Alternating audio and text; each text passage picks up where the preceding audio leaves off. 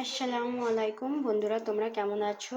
আজকে গরুর মাংস রান্না করে নেব। তো প্রথমেই আমি গোলমরিচ 1 চামচ দিয়ে নিলাম, তারপরে দিয়ে নিচ্ছি টক দই, তারপরে দিয়ে নেব নুন দিয়ে নিচ্ছি। এটাকে ভালোভাবে মাখিয়ে নেব।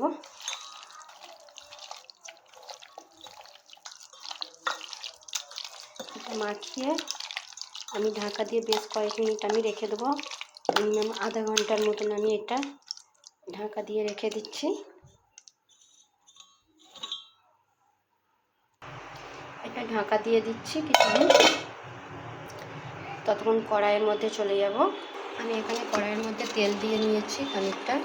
তেল মধ্যে একটা গোটা পেঁয়াজ আগে আমি ভেজে নেব। আমি পেঁয়াজটাকে লাল করে ভেজে তুলে নেব।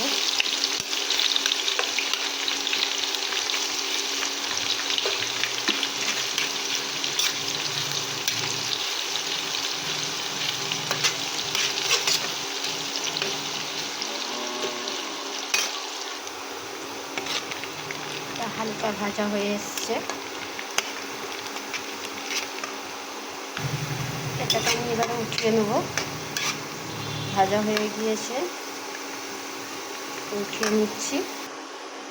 এই তেলের মধ্যেই আমি কেটে রাখা আলু দিয়ে দেবো। নুন দিয়ে নিচ্ছি, একটা হলুদ দিয়ে নেব, অল্প করে লঙ্কা গুঁড়ো দেবো। লঙ্কা গুঁড়োটা দিচ্ছি লাল হওয়ার জন্য। আপনারা চাইলে লঙ্কা গুঁড়োটা নাও দিতে পারেন, কোনো অসুবিধা নেই। এটা আমি ভালো করে লাল করে ভেজে তুলে নেব। এটা ভাজা হয়ে গিয়েছে, আমি এটাকে এবারে উঠিয়ে নেব। ওই তেলের মধ্যেই একটা চিড়ে রাখা লঙ্কা,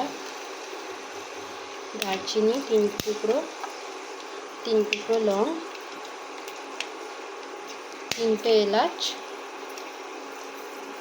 আর 3-4টে গোলমরিচ, তার সাথে তেজপাতা। মেখে রাখা মাংসটা দিয়ে দেবো। মেখে রাখা মাংসটা দিয়ে দিয়েছি।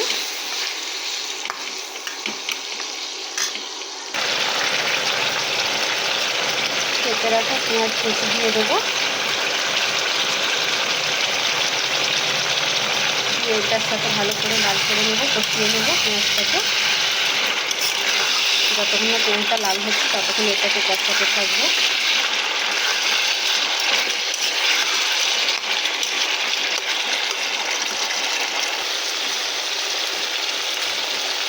করে রাখা আদা রসুন,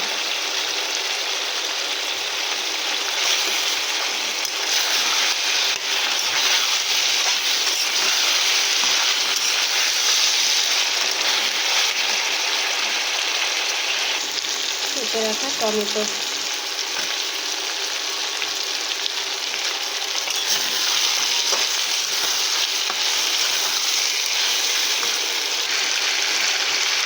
হলুদ গুঁড়ো 1/2 চামচ, লঙ্কা গুঁড়ো 1 চামচ, জিরে ধনে একসঙ্গে 1 চামচ।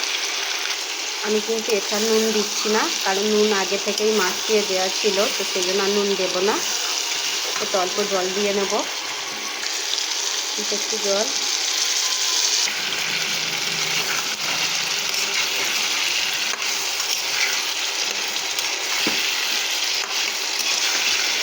এটা আরও একটু জল দিয়ে দেবো।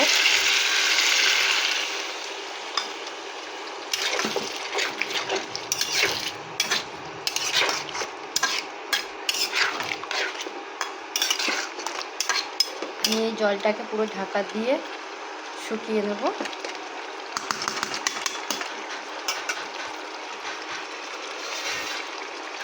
আমি এটা ঢাকা দিয়ে রান্না করে নিচ্ছি, 15 মিনিট পরে ফিরে আসছি।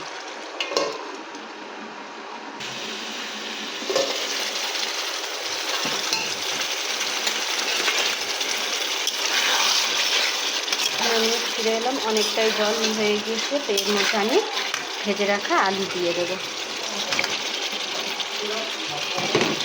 আলুটা দিয়ে আমি ভালো করে কষিয়ে নেব। কিছুক্ষণ এটা কষাবো।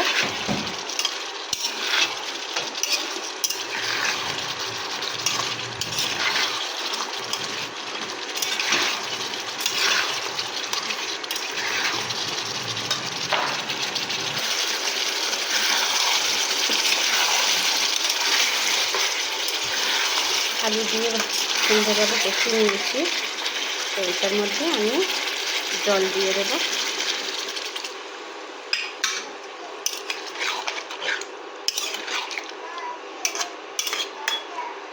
আরও একটু এর মধ্যে জল দেব। এর মধ্যে আরও 1 কাপ জল দিয়ে নিচ্ছি।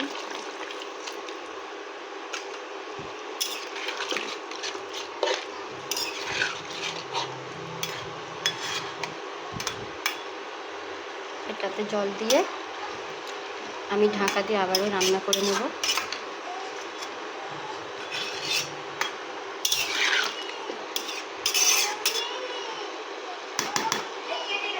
এটাকে ঢাকা দিয়ে রান্না করে নিচ্ছি। তো যখন পরে ফিরে আসছি, আবারও 15 মিনিট পরে আমি ফিরে আসবো। 15 মিনিট পরে ফিরে এলাম। এই যে এই সবশেষে কেটে রাখা কাঁচা লঙ্কা দিয়ে দেবো।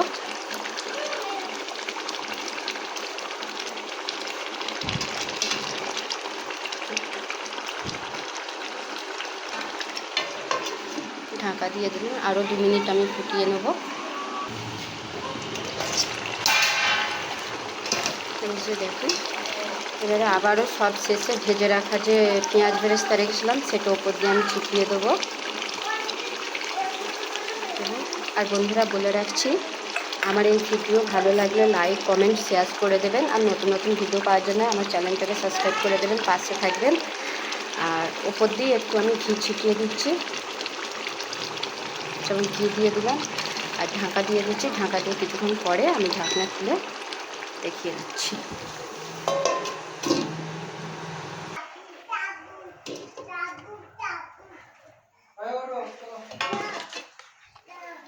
দেখুন কত সুন্দর কালার এসছে আর কত সুন্দর লাগছে।